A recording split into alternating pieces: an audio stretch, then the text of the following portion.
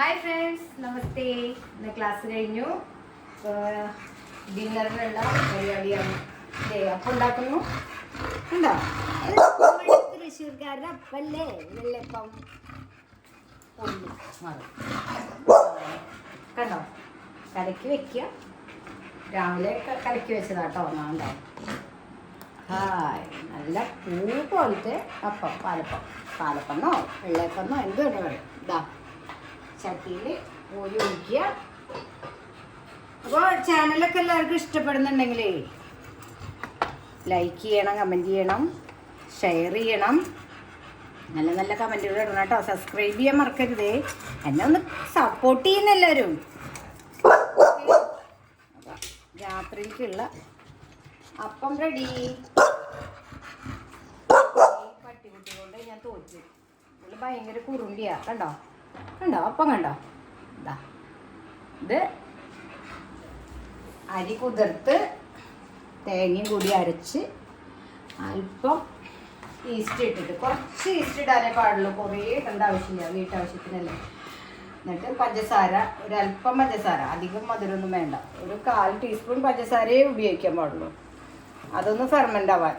എന്നിട്ട് അരച്ച് വേണമെങ്കിൽ ഒരല്പം ഉഴുന്ന് ചേർക്കാം. ഞാൻ ഉഴുന്നൊന്നും ചേർത്തില്ല.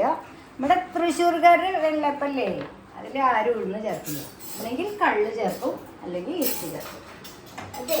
എന്നിട്ട് കപ്പി, അതായത് അതിലത്തെ അരയ്ക്കുമ്പോൾ അതിൽ നിന്ന് ഒരല്പം എടുത്ത് കുറുക്കി ചേർക്കും.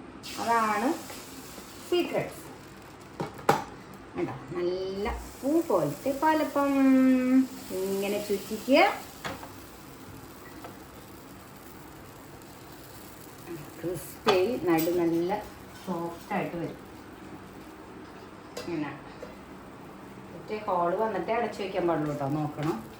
ഉണ്ടോ ഹോള് വരുന്നുണ്ടോ? ഹോളൊക്കെ വന്നു കഴിഞ്ഞാൽ ഇങ്ങനെ അടച്ചു വെച്ച് സിമ്മിലിടാം. അപ്പോൾ എല്ലാവരും സബ്സ്ക്രൈബ് ചെയ്യുക, ചാനൽ കാണാം. ഇതിന് ചിക്കൻ കുറുമ കൂട്ടിയിട്ട് കഴിക്കാം. അത് എരിയില്ലല്ലോ, കുട്ടികൾക്കൊക്കെ നല്ലതാണ്. നമുക്ക് കുറച്ച് എരിപുളിയൊക്കെ നല്ലതല്ല ശരീരത്തിന്. അപ്പം എല്ലാം കുറയ്ക്കുക.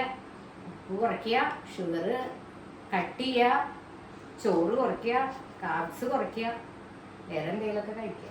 അപ്പോൾ അപ്പം ആണെങ്കിൽ ഒരു അപ്പം കുറച്ച് സ്റ്റൂവും കൂടി കഴിച്ചാൽ ഡിന്നർ അത് മതിയോ.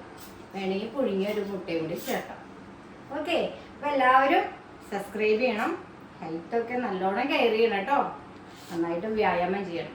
Okay, bye, see U.